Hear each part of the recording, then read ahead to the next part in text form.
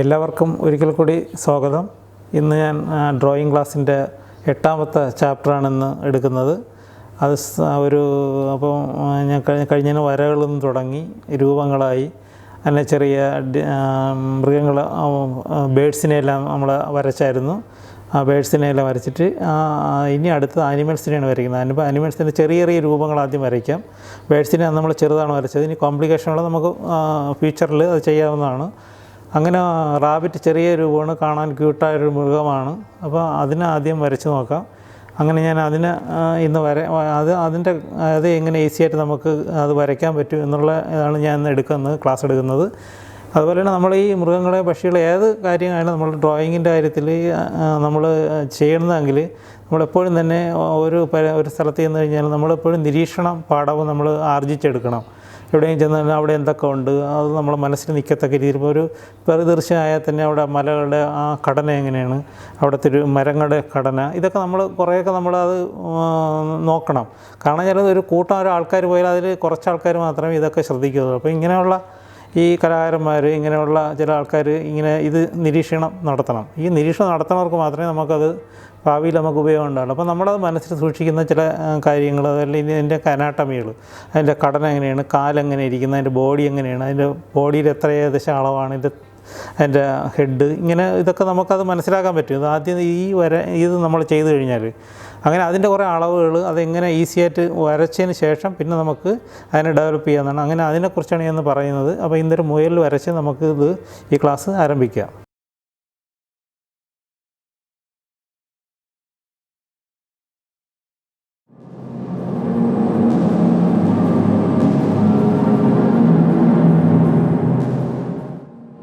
അപ്പോൾ ഇന്ന് നമുക്ക് ഇത് ചാപ്റ്ററിലേക്ക് കടക്കാം. ഇന്ന് നമ്മൾ നേരത്തെ പറഞ്ഞതുപോലെ ഇന്ന് നമ്മൾ കഴിഞ്ഞ ക്ലാസ്സുകളിലൊക്കെ ചെയ്തതുപോലെ ഡ്രോയിങ്ങിൻ്റെ ബാലപാഠങ്ങളൊക്കെ കഴിഞ്ഞു. അപ്പോൾ നമ്മൾ കഴിഞ്ഞ ആഴ്ച നമ്മൾ ബേഡ്സിനെ കുറിച്ച് ചെയ്തായിരുന്നു. പിന്നെ ഇന്ന് ഇപ്പോൾ അനിമൽസിനെ നമ്മൾ വരയ്ക്കുന്നത്. അപ്പോൾ പഴയൊരു മെത്തേഡിനെ നമുക്ക് ഇപ്പോഴും ഉപയോഗിക്കാം. ആദ്യകാലങ്ങളിലൊക്കെ നമ്മൾ ഉപയോഗിക്കുന്ന മെത്തേഡ് തന്നെയാണ് ഉപയോഗിക്കേണ്ടത്. കാരണം എന്നാൽ കുറേ സർക്കിളുകളെല്ലാം വരച്ച് അതിൻ്റെ ഒരു ബോഡി നമ്മൾ മനസ്സിലാക്കിയതിന് ശേഷം ചെയ്യാവുന്ന രീതിയാണ്. അതാണ് ഞാനിപ്പോൾ ഇവിടെ കാണിക്കാൻ പോകുന്നത്. അപ്പോൾ ആദ്യമായിട്ട് ഒരു റാബിറ്റിനെയാണ് വരയ്ക്കുന്നത്. ആ റാബിറ്റിന് മുയലിനെയാണ് വരയ്ക്കുന്നത്. അത് നിങ്ങൾ നോക്കിക്കൊള്ളുക മുയലിനെ വരയ്ക്കുന്നത് എങ്ങനെയാണെന്ന്.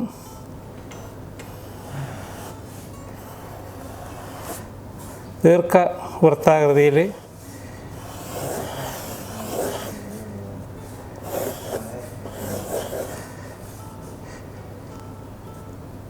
ഇതുപോലെ 3 വൃത്തങ്ങൾ വരയ്ക്കുക.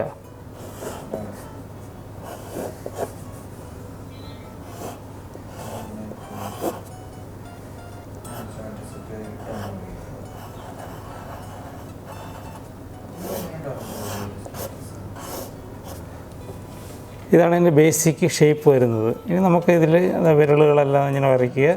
ബേസിക് ഷേപ്പ് വരച്ചതിന് ശേഷം നമുക്കിതിങ്ങനെ വരച്ചെടുക്കാവുന്നതാണ്.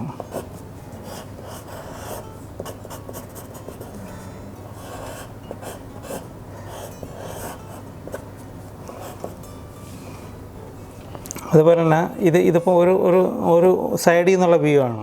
ഫ്രണ്ടിൽ നിന്നുള്ള വ്യൂ വരയ്ക്കുന്നതാണ്. ഇത് ശരിക്കും പറഞ്ഞാൽ മുയലിൻ്റെ ഫേസ് നമുക്കിങ്ങനെയാണ് കാണുന്നത്.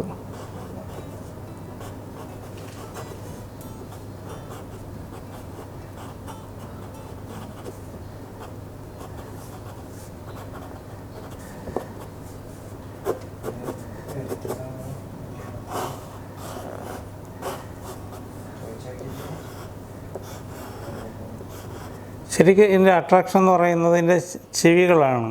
ചെവികൾ കൊണ്ടാണ് നമ്മൾ പെട്ടെന്ന് ഒരു മുയലിനെ നമ്മൾ പെട്ടെന്ന് മനസ്സിലാക്കുന്നത് തന്നെ. ഈ ഒരു ചെവി കൊണ്ട് തന്നെ ഇപ്പോൾ കാർട്ടൂണിലൊക്കെ വരയ്ക്കുമ്പോൾ ആ ചെവിയാണ് കൂടുതലായിട്ട് ഫോക്കസ് ചെയ്യുന്നത്. അപ്പോൾ ഇങ്ങനെയാണ് ഇത് വരയ്ക്കുന്നത്, ഈ ഒരു ഷേപ്പ് വരച്ചെടുക്കുന്നത്. നമുക്ക് ഇത് തന്നെ ഇപ്പം നോക്ക്, ഈ 3 റൗണ്ട്സ് വരച്ചുകൊണ്ട് നമുക്ക് അതിൻ്റെ രീതികളെ മാറ്റിയിട്ട് ഇപ്പോൾ തല, ഇത് ആ ഒരു ബോഡിയുടെ ഒരു ഫ്രണ്ട് ഭാഗം, കാലിങ്ങനെ ഇവിടെ വരയ്ക്കുന്നു.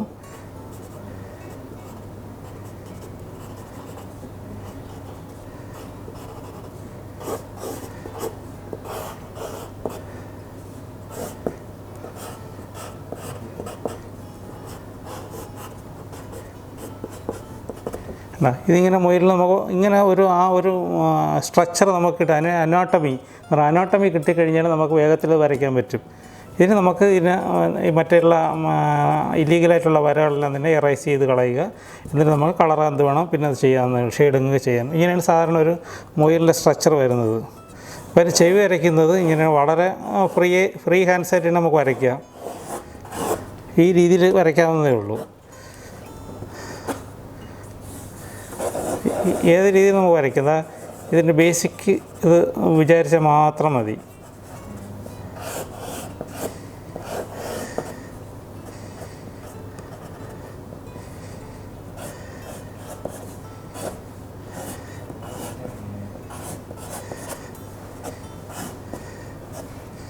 ഇതാണ് ഇതിൻ്റെ ഷേപ്പ്, കണ്ടില്ലേ? ഇത് നമുക്ക് ഷെയ്ഡെല്ലാം ചെയ്തെടുത്തു കഴിഞ്ഞാൽ ശരിക്കൊരു മുയൽ ആവും.